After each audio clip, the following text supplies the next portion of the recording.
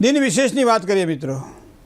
મનઃ એવ મનુષ્યાણામ કારણમ બંધ મોક્ષયો.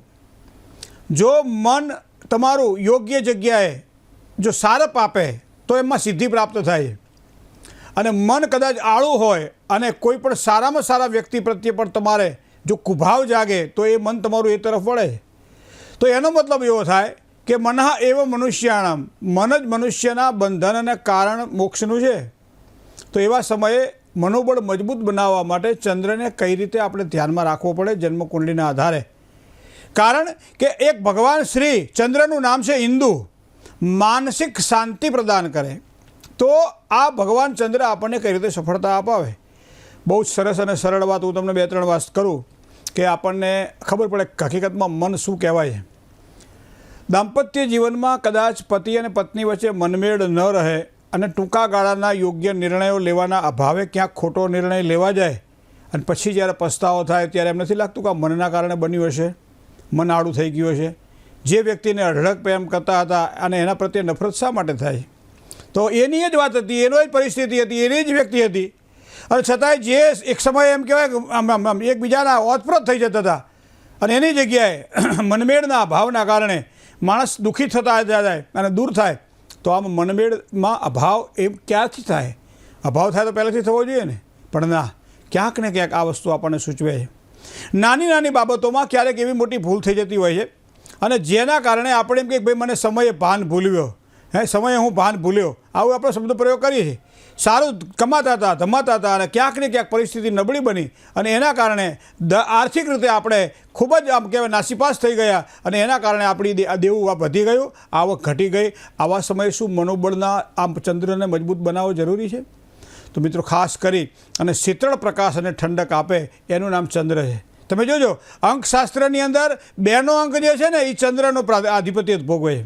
2નો અંક જે છે એ ચંદ્રનું આધિપત્ય ભોગવે છે. તો આ ચંદ્રને ઘણી વખત તમે શું વાળી શકો છો? આ ચંદ્રને ઘણી વખત તમે શું એની શીતળતાના પ્રકાશને પ્રાપ્ત કરી શકો છો? હા, કરી શકાય છે. જન્મકુંડળીમાં સૌથી વધારે જો કોઈ ખરાબ સ્થાન હોય તો એ 3, 6 અને 11મું છે. 3, 6 અને 11મા સ્થાનમાં જ્યારે પણ તમારો ચંદ્ર પડ્યો હોય ત્યારે તમારે બને ત્યાં સુધી જાતે નિર્ણય નહીં લેવાના અને નિર્ણય એવા વ્યક્તિ પાસેથી લેવડાવવાના કે જે દ્રઢતા હોય, જેનામાં જ્ઞાન હોય, જેનામાં શીતળતા હોય, જેનામાં કાર્યની કુશળતા હોય, લાંબા ગાળાના જેનામાં સદસંકલ્પો હોય, એવા વ્યક્તિઓ પાસેથી સલાહ લેવાથી તમારું કાર્ય સુધરશે. તો 3, 6 અને 11 કુંડળીની અંદર જો આ સ્થાનમાં ચંદ્રમાં હોય તો ક્યાંક ને ક્યાંક પરેશાનીઓ નિર્માણ કરે છે. એમ કહેવાય છે કે સ્વરાશિસ્થ હોવા છતાંય ચંદ્રમાં 3, 6 અને 11મા સ્થાનમાં પારાશરી સિદ્ધાંત પણ એમ કહે છે, ભૃગુ સંહિતા પણ એમ કહે છે કે આ ચંદ્ર શીતળતાની જગ્યાએ થોડોક ગરમી આપે છે અને એના કારણે શીતળતા ઓગળી જાય છે. તો મિત્રો આ વસ્તુને ધ્યાનમાં રાખવી રહી. એથી વિશેષ તમે બીજા પ્રકારની વાત કરો તો 6, 8મા અને 12મા સ્થાનમાં કેન્દ્ર અને ત્રિકોણનો માલિક બની અને જો ચંદ્રમાં બેઠો હોય ત્યારે પણ કોઈ શીઘ્ર ઉતાવળિયા નિર્ણયો નહીં લેવા અને એ ઉતાવળિયા નિર્ણયો હંમેશા નુકસાન કરતા જ બને છે. આ સમજીને વિચારીને નિર્ણયો લેવા. કદાચ તમારે દુઃખ ભોગવવાનું લખ્યું હોય અને પછી આમ નથી કહેતા ક્ષમા પરવાને કો જલના સિખાતી હૈ, શામ સૂરજ કો ઢલના સિખાતી હૈ, गिरने वाले कोसते हैं क्यों, ठोकरें इंसान को चलना सिखाती है. ઠોકર ખાવી હોય તો વિચારવું, બાકી અન્યના વિચારો ઉપર તમે તમારા નિર્ણયોને સ્થિર કરી દો અને એના કારણે સફળતાની પ્રાપ્તિ જે થાય એને સુખ ભોગવો. તો એ ચંદ્રમાં આપણને શીખવાડે છે કે કેન્દ્ર અને ત્રિકોણનો માલિક 1, 4, 7 અને 10 આ 4 કેન્દ્ર માનવામાં આવે છે. પ્રથમથી જે લગ્ન ભુવન હોય એનાથી 5મું સ્થાન બળવાન ગણાય, 5મા સ્થાનથી 9મું ભાન બળવાન ગણાય અને 3 સ્થાનમાં એના સ્વામી જો ચંદ્રમાં પડ્યો હોય, 6, 8મા કે 12મા સ્થાનમાં પડ્યો હોય ત્યારે આ વ્યક્તિ નિર્ણય ન લઈ શકે અને એના કારણે પરિસ્થિતિ એની ખોટી નિર્માણ થાય. 2-2.5 વર્ષ જેવું થયું હશે. એક સોની પરિવાર જ્યારે મળવા માટે આવેલો અને એવા સમય કહ્યું કે મહેન્દ્રભાઈ 6 વાગ્યા છે અને 9:30ની અમારી ટ્રેન છે અને અમે અહીંથી ધંધો જે કરીએ છીએ ધંધો છોડી તમારે મુંબઈમાં સ્થિર થવાનું છે અને મુંબઈ અમે રહેશું. ત્યારે હું કહું હું તમને ઘણા સમયથી ઓળખું છું, તમારો ધંધો સારો ચાલે છે તો શાના માટે? તો એની પત્નીએ કહ્યું મને એમના ઉપર વિશ્વાસ નથી મહેન્દ્રભાઈ. એ માણસ ક્યાં ક્યાં ગાડી લાવીને ચડી ગયો લાગે છે. ત્યારે મને કહ્યું કુંડળી બતાવો તમે. ત્યારે આ જ પરિસ્થિતિ મેં જોઈ કુંડળીમાં અને આ પરિસ્થિતિને જોયા પછી મેં કહ્યું કે અમુક સમય સુધી તમે રાહ જોઈ લો, એકબીજાના વિચારોની સાથે મિત્રતા કેળવો. જે અંદર એપ પડેલી છે એપને કાઢી નાખો, જે અંદર સારપ છે એને તમે જુઓ અને એ પ્રમાણે તમે આ ગ્રહો જ્યારે તમારી સ્થિરતા તમને આપશે તો આપે તો ઠીક છે, બાકી 6 મહિના પછી તમે તમારા નિર્ણયો લેજો. વિચાર કરો 2.5 વર્ષ પહેલાંનો મારો આ આપેલો એમનો નિર્ણય આજે દાંપત્ય જીવનમાં સારામાં સારું સુખ પણ ભોગવે છે અને અમદાવાદની અંદર સારામાં સારી એ પોતે ધંધો કરી અને આગળ વધી છોકરાઓને સંતાનોને સારા રીતે આગળ વધારી શક્યા છે. આ મારી આંખે દર્શિત છે. તો ગ્રહોને આધારે આ જોઈ શકાય છે. અને હમણાં થોડાક સમય પહેલાંની વાત કરું કે સામાન્ય રીતે મેં કહ્યું કે મેં કીધું એપ્રિલ મહિના સુધી દાંપત્ય જીવનની અંદર છૂટાછેડાનો વિચાર ન કરતા. ત્યારે દીકરીએ તરત મને પૂછ્યું કે હે મારા છૂટાછેડાના યોગ નથી ને? મેં કીધું કેમ? તો કે મારા બાપાએ તો કીધું છે આવતીકાલની વાત છે કે આવતીકાલે જ મારા બાપાએ કે એમ કહેવાના છે સામેવાળાને કે ભાઈ અમારે હવે નથી રાખવું, છૂટું કરી દેવું છે. મેં કીધું બેટા નિર્ણય ન લેતા. શું કામ? કે અત્યારે ચંદ્રના બળ આપણા શીતળતા નથી આપતો, આપણને શીતળ પ્રકાશ નથી આપતો. ક્યાંક ને ક્યાંક તકલીફ છે. શનિ અને ચંદ્રના વિષયોગના કારણે જે કોઈ નિર્ણયો લેશો એમાં ક્યાંક ને ક્યાંક તકલીફ થશે. અને આવા સમયે તરત જ એના ફાધરે નિર્ણય લીધો કે હમણાં એપ્રિલ મે મહિના સુધી આપણે કશું જોવું નથી. એની બીજી એવી વાત તમને કરું કે આવી વાત છે. મહેન્દ્રભાઈ હવે 84-85માં જન્મ હોય, 86-87માં જન્મ હોય, છૂટાછેડા લેવાની વાત થાય તો કેવું લાગે? સંતાનો હોય પાછા એકલા હોય તો બરાબર છે. દીકરી સંતાનને લઈને પિયર આવેલી છે, સંતાનને ઉછેરવાની જેની પાસે જવાબદારી છે એ આજનું જોવે છે, આવતીકાલનું નથી જોતી. ત્યારે આવા સમયે જન્મકુંડલીના ગ્રહોને જો ધ્યાનમાં રાખીએ આપણે તો પણ એ જ નિર્ણય લેવાયો કે ભાઈ એપ્રિલ મે મહિના સુધી કદાચ કોઈ નિર્ણય ન લેશો, સારામાં સારા ફળની પ્રાપ્તિ થવાની છે. અને મને ખાતરી છે કે સારામાં સારા, કારણ કે શું કામ ખબર છે? ચંદ્રમા નબળો બને છે. ચંદ્રમાની એટલે પાણીની અંદર કોઈ પણ પ્રકારે કાદવ આવે તો હંમેશા સુગ્ન પુરુષ શું કરે છે? એ કાદવ આમ ધીમે ધીમે એમ કાદવ ઓહરતો જાય અને એ સપાટી ઉપર આવતો જાય, તળિયે જતો જાય. બરાબર? તો તળિયે અને સપાટી ઉપર જે કાદવ આવે છે એ સ્થિર ક્યારે થાય? તો કે પાણી સ્થિર થાય ત્યારે. મન સ્થિર થાય, સારા વિચારો કરો તો એ કાદવ બધો જ તળિયે બેસી જાય અને પાણી ચોખ્ખું આવે કે નહીં?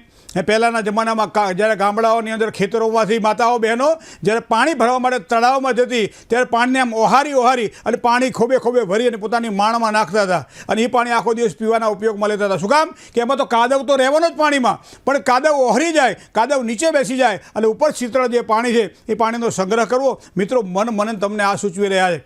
ધંધાની અંદર કદાચ આજ નિષ્ફળતા મળે, આવતીકાલે સફળતા મળવી છે, આ સંકલ્પ સાથે જ આગળ વધવું જોઈએ. અભ્યાસની અંદર કદાચ આજે 1% માટે 2% માટે કદાચ રહી ગયા છીએ, આવતા સમયે જ્યારે સારી પરીક્ષા આપવાની થશે ત્યારે સારામાં સારા પરિણામો મેળવવા માટે પ્રયત્ન કરીશું. આ વિચારો સદૈવ આવવા જોઈએ.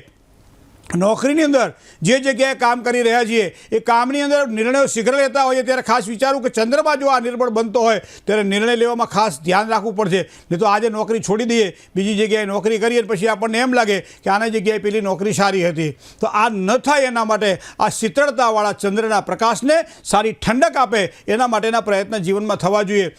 તમે જે નામથી બોલીએ છીએ ને આપણે, એ ચંદ્ર રાશિ હોય છે. જેનું જે નામ હોય ને, મેષ રાશિ, વૃષભ રાશિ કે મિથુન રાશિ, જે રાશિ છે ને એ ચંદ્રની રાશિ હોય છે અને ચંદ્રની રાશિ ઉપરથી જ માણસનું નામ પડે છે. તો તમે વિચાર કરો મનુષ્યનો ચંદ્ર સાથેનો કેટલો સારામાં સારો સંબંધ હશે કે જે મનુષ્યને માનસિક શીતળતા પ્રદાન કરે છે, દરેક પ્રકારના કાર્યમાં યશ અપાવે છે.